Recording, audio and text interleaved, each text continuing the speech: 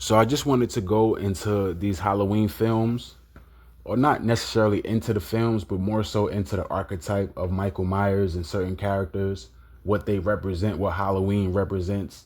I've done videos on this before, but I just really wanted to use the film Halloween as, something I could really go off of because it's just interesting.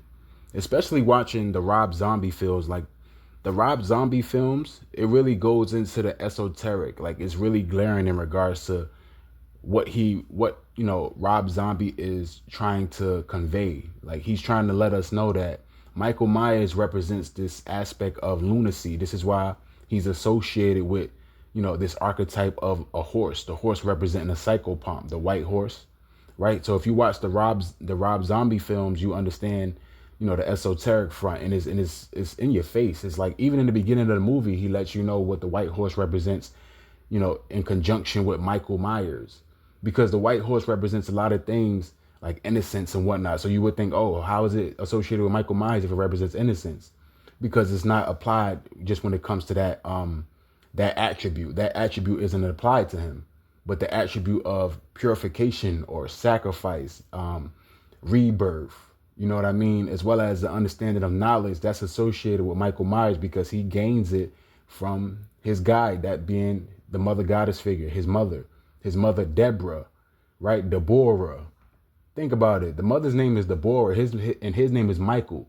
Michael means a gift from God. But we already understand that God is not talking about the Most High God, just in regards to the concept of what he represents. It's the God of evil, the God of the dead, so on and so forth. In this case, representing Don or Cernunnos, Molech. That's what Michael Myers represents. And it's more glaring when you understand the motif of the white horse, because the white horse represents the moon, or the understanding of lunacy. This is where you get the word lunacy or lunatic from lunar, right? So that archetype of the white horse is really glaring because it's spot on. You know what I mean? It's like bases covered. This is what it is. The white horse acts as a psychopomp, acts as a guide. And I'm gonna get more into that, but that's just something, going off of the Rob Zombie films. More about the John Carpenter films is about Sam Hain and the aspect of what Sam Hain represents, unadulteratedly, like as far as just the aspect of death on the day of Halloween, or on the day of the dead, or the day that you have this veil, this thinly veil where spirits come together with the physical. And it's hard to tell because obviously it's on the day where people, they wear these costumes and they really get into that element of demonicism, or whatever you want to call it, however you want to word it, but that's what it represents. That's why you have this tradition of people wearing costumes and whatnot, because, it's like you getting into this other spirit, you getting beyond yourself. That's why Michael Myers represents the spirit of Halloween. He is Halloween. And like I say, he never dies. That's the element of rebirth associated with the color white. That's why he wears the white mask. So let's just get more into it because it's a lot. White horse, linked to instinct, purity, and the drive of the physical body to release powerful and emotional forces, like rage with ensuing chaos and destruction. And this is what Michael Myers embodies. And I keep saying I should actually go with what the film, what they push in regards to what he represents, because it's not a he, it's a it. It's not a human being. He represents immortality. It represents immortality. It's a spirit. And I'm gonna hit you with something. If you think about it on a deeper level, right? It's like this dark messianic figure that's here to judge. Where you come on a certain day to collect souls. It's deep, but it's crazy, because if we understand, the misanthropic aspect of the Heavenly Father, then we shouldn't react with what I'm saying, on some like, oh, what is he talking about? He's crazy. No, you understand that certain deaths are justifiable. We understand that when it comes to this world, destruction is imminent. We will see death. We will see destruction. So, sometimes it makes me think about the misanthropic element of the Most High, just when it comes to what they push with these elements of supernatural forces, like Michael Myers and how he's indestructible. He can't die. I kind of think about the Heavenly Father in a sense, just when it comes to the misanthropic element where we don't limit the Heavenly Father. We know that the Heavenly Father kills is justifiable, right? It's just not in this evil way. But at the end of the day, in this world, good is evil and evil is good. So what are they really telling you with Michael Myers? Michael, right? Just think about it. That's what I'm saying. Think about it. We know what Michael means. Excerpt from The Subconscious Psychoses of Dreams. Now, this is pretty much what the Rob Zombie movie is about. It's about the psychoses of these dreams, being in this dream state. And you see that a lot throughout the film. And what brings them together when it comes to these dreams is the psychopomp, the white horse.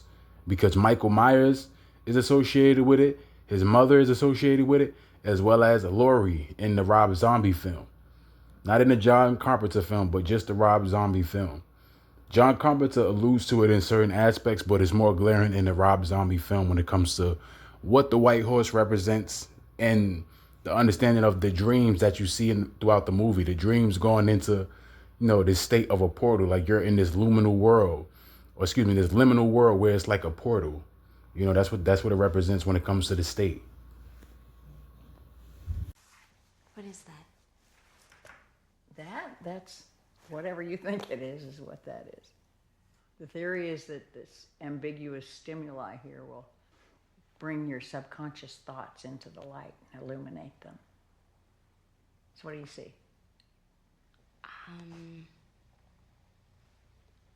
White horse. So what does that tell you? Am I crazy or seeing? Tells me you're a girl who likes white horses.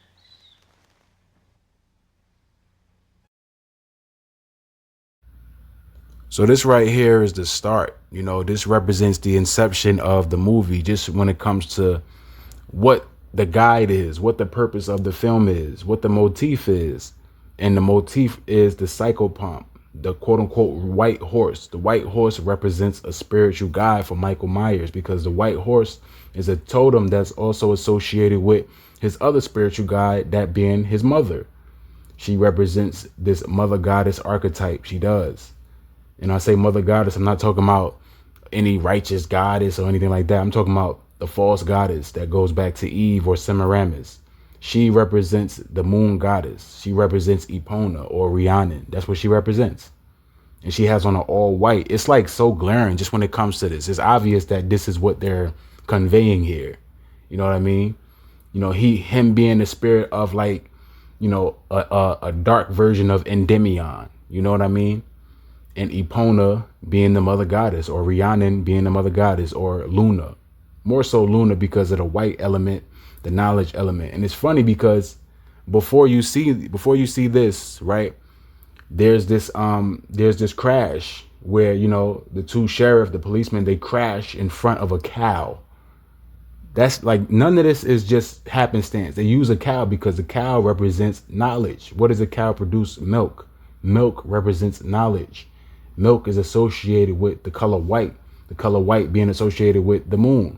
Milk is associated with the moon. None of this is by happenstance. It's a reason why in the first instance, I think it's like the first part of the movie where you see the two sheriffs, they run over the cow. And then, this is when Michael breaks out of the truck and he kills the sheriff and whatnot. It's it's obvious that that's what they were conveying, just when it comes to you seeing the cow, and then you go and then you see this scene here, especially if you have knowledge about what they represent esoterically. So if you don't understand it esoterically, it's hard for you to put those things together. Like, you're just going to say, okay, it's just a cow. No, the cow is associated with the moon as well,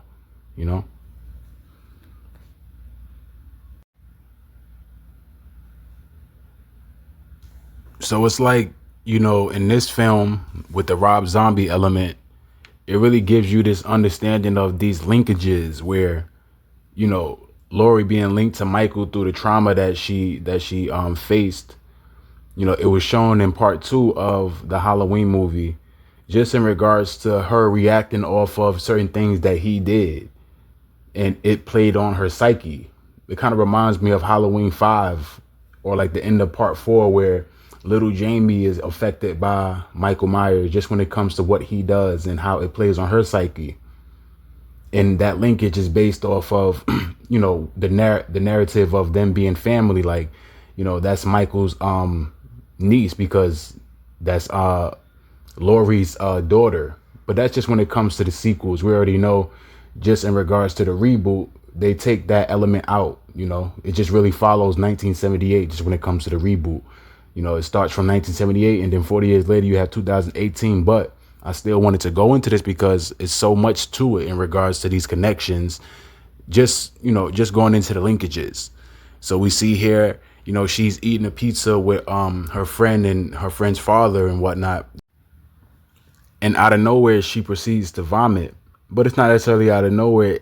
It's based off of her psyche, because the psyche is playing with her just when it comes to what Michael does, especially in the aspect of what he's consuming. He's consuming while she's purging out. And this immediately happens right when, he starts to consume the dead body. He starts to eat the dead body. Like after he kills the girl, he eats her. And Michael's quote unquote sister, who's Angel, or Laurie, Laurie finds out that her real name is Angel, just when it comes to the narrative, because like I keep saying, it's just based off of the sequels that they cut out. But still, this is a part of the Rob Zombie film, right? So she's affected by what Michael does. And they're all under the same spirit just when it comes to the psychopomp energy, right? Because she mentions the white horse when it comes to her little therapy session that she has with the therapist.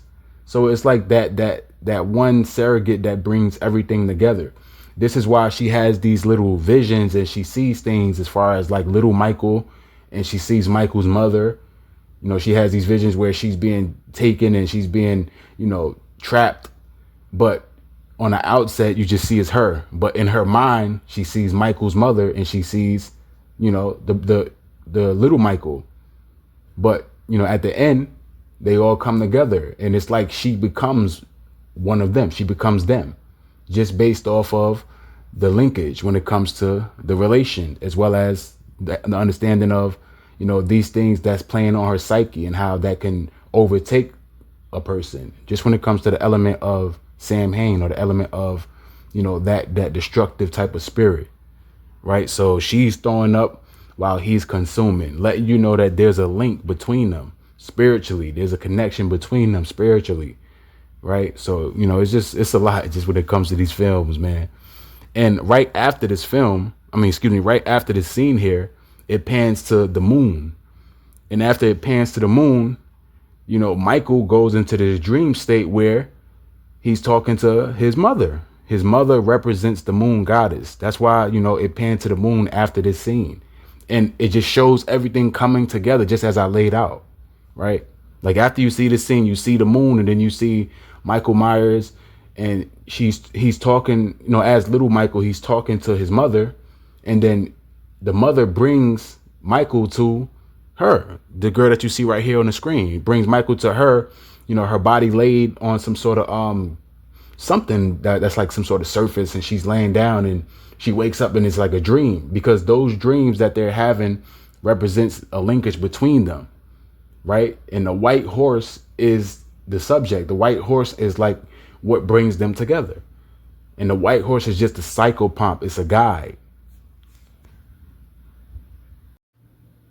So this is another scene where Michael is having this dream. And this is after the scene where he eats, the essence of a person. He eats the remains of a person that he killed.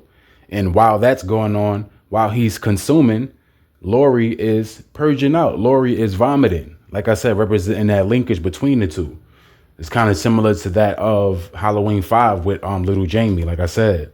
And the reason why I kind of reiterate these things is because we want to get a better understanding. We want to glean a better understanding of what they convey with these things, even though I know most of you guys already know, just when it comes to the dynamic of these movies and what they convey on a certain level. So you see this right here. You see young Michael coming together with his mother in the dream state, representing this element of, her consulting with her guide. Him consulting with his guide. And then you have in between them some sort of like skeletal figure with the mask on the head representing Michael Myers as a being that's, that's not necessarily like living, but a immortal being, a being that's indestructible, can't necessarily die. But when the mask is on it, it's powerful. It's in this state. It's at its heights. That's why you had the mask on top of the skeleton. And after this scene, you go into another scene. So let's just get it.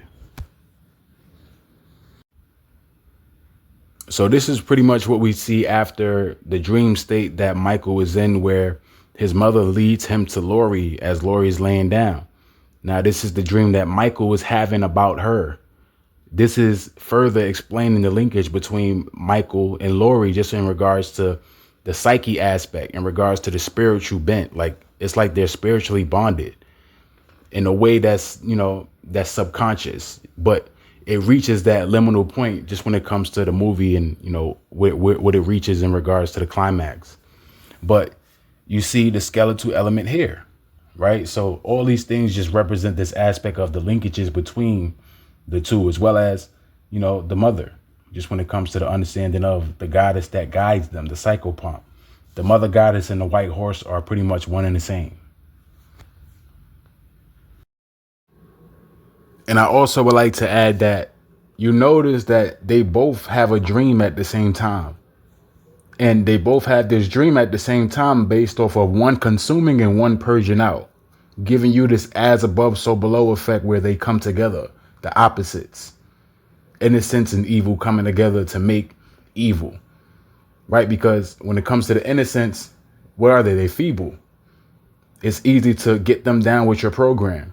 This is why even in the movie Halloween Ends, you have that element of it, because it start off with like this guy, Corey, who accidentally kills a kid, kind of similar to Michael Myers. This is why Michael Myers spared him when he met up with Corey. He didn't kill Corey because Corey shares similarities with him. He understood that there was some sort of spiritual bond between the two.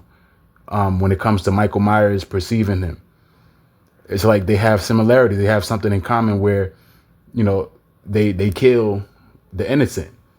But when it comes to Corey, it was kind of like, it was kind of like an accident, but he was driven by it. Like he basically started to garner all of those energies when it comes to the negative, because he was weak to, people coming at him for what he did, even though he did something that was accidental.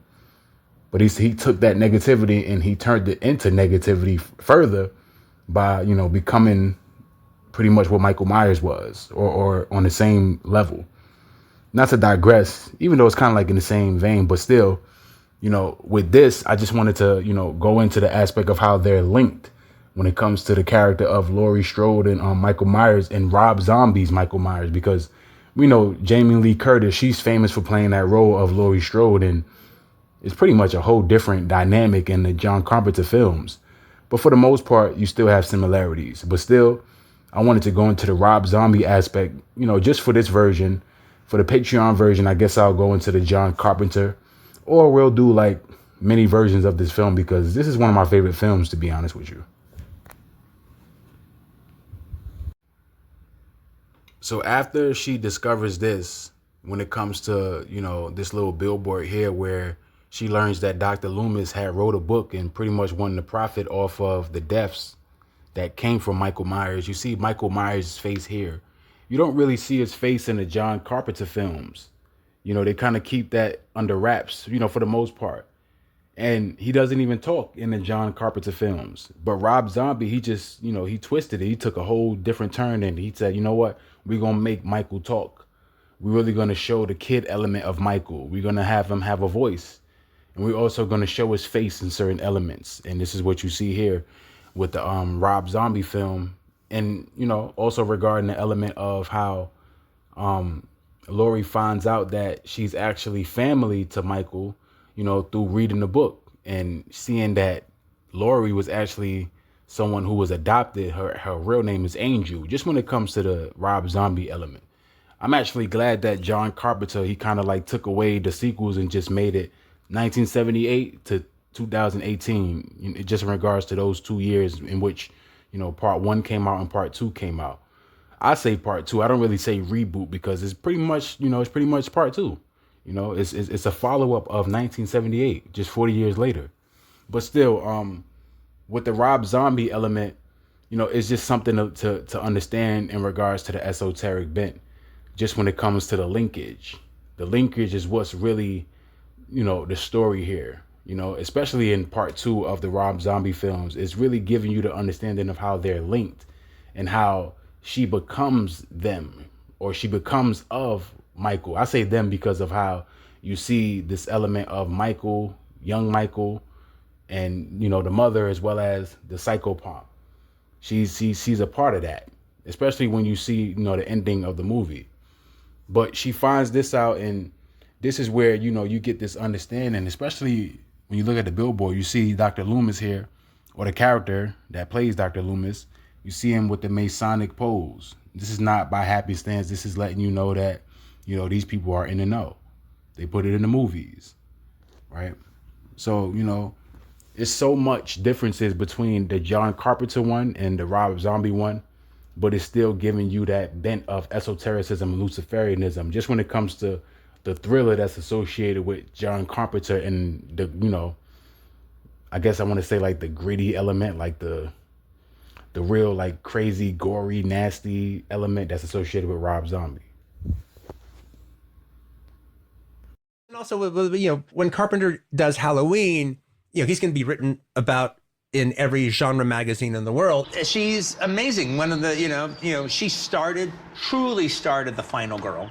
Mm-hmm. The real final girl aspect, all right? And she carries that movie on her broad shoulders. The only taint, and it does have a taint, all right? And Kim Newman, the genre critic, agrees with me that in Halloween 2, Deborah Hill and John Carpenter do the cheapest thing just to throw a little whammy in the movie, and they make it that Laurie and Michael Myers are brother and sister. Mm-hmm. And that taints every single Halloween sequel that happens afterwards, because he's not her brother. She's not his sister. That's just bullshit. That literally was them coming up with a stupid idea at the last minute. Yeah, but it's the cheapest thing. Nobody was coming from that point of view when they were making the first one. And what makes the first one so good is the fact that you don't know what it is that makes Michael Myers go. Right, it did kind of taint it, but at the same time it was entertaining, just in regards to certain films like Halloween 4 and 5. Halloween 3 was, it was a little iffy because Michael wasn't necessarily in it. Halloween 2 was cool. I just feel like they shouldn't have added that revelatory element where they wanted to come up with this nonsense about Laurie being a brother of Michael. And, the guy, he made a great point. The guy that's running this podcast, he made a great point just in regards to, the soundbite where he says that, there's no real indication that, Michael could be Laurie's brother. It's just, Laurie is just a subject. Laurie is the subject of the movie, and Michael is one who wants to kill Laurie based off of how they come together. Not even necessarily like him having a motive, like, oh, I want to kill that. They come together. Because in the beginning, she's walking with little Tommy Doyle. She says, hey, I have to drop off something at the Myers house because they're selling the house or what have you. It's not necessarily her. It's not off her own volition. She's doing it for someone else. As well as like other films where you see Dr. Loomis or a person that's in, place of Dr. Loomis, where he wants to bring Laurie and this person together, or the media in the 2018 film where they wanted to bring Laurie together with Michael. It's always like in that aspect. And this is why fate is a big theme of the movie. This is why, like, when you see the movie in 1978, it talks about fate when she's in the classroom, when she's looking out and she sees Michael. All these things happen for a reason in these movies. They don't just talk about just anything. Like, they added the element of fate in there for a reason because it goes in conjunction with the theme of the movie, that being death, fate, so on and so forth, right? And everything was based off of fate when it comes to Laurie and Michael coming together. You know what I mean? And it's not even like it was of their own will. And it really clashed, just as Jamie Lee Curtis was talking about it. That's the woman that played Laurie, obviously, as most of you know. She talks about how it's like the first one is like evil versus innocence. And the second one, that being 2018, is evil versus trauma. But that trauma is strong, or the trauma builds into strength just based off of her and putting on that armor. It's so much to this movie that's dope. And just speaking to the point of the eradication of the sequels with the whole narrative about how they're related, it was smart to remove that. But at the same time, you have a lot of esoteric bents, a lot of Luciferian bents that go into that based off of, finding out that they're related, quote unquote. Because the linkage that's between Laurie and Michael Myers as well as Jamie is based off of relation. And you have these elements where certain things happen to Laurie or Jamie because of what Michael is doing. It's like they're affected by their brother. It's like a twin type of thing where it's like this evil twin, whatever he does is going to mess with me. Like what you eat makes me shit type of element. So Jamie is going crazy, having hallucinations, having seizures when Michael's doing his killings. And you see that particularly in Halloween 5. And in the case of part 2, you see kind of that with Laurie. Then it goes into this element of why. It's telling you why. And that's when you see the woman in the car telling Dr. Loomis that they're actually related or what have you. But it's dope that they took that out and they pretty much rebooted it for 2018 and the other films that came thereafter. And just to go back on that, like as they were talking about fate, or in the classroom where she was learning about fate and she answered the question about it, just in regards to the differences on the spiritual level and physical level or something like that. You see her see him, like you actually see her see him. That brings them together. Like just the fact that you had that scene where they talk about fate and then she sees him. Like that's a subliminal connection there. That's a bringing together there.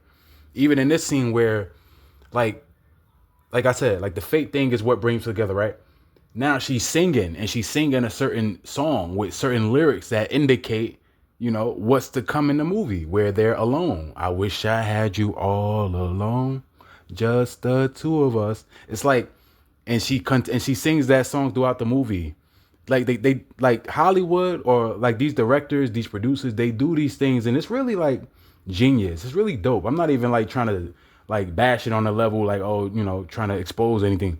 It's really just something that's interesting to me when you see these elements of cohesion. That's why I love art so much. I'm big into art because of cohesion.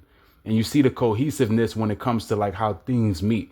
Like you have to have her sing a song like that so it can indicate something, but it's just indicating it on a subconscious level. Like, or if you can obviously hear it and you hear the lyrics is letting you know that, I wish I had you all alone, just the two of us. On a certain outset, you just looking at it as, okay, she's just singing the song. She's happy. But when it comes to, the overall aspect of what the movie is, it comes together, just the two of them, fate, Michael Myers and Laurie Strode. You know what I mean? So these things are just what make movies great. These little things.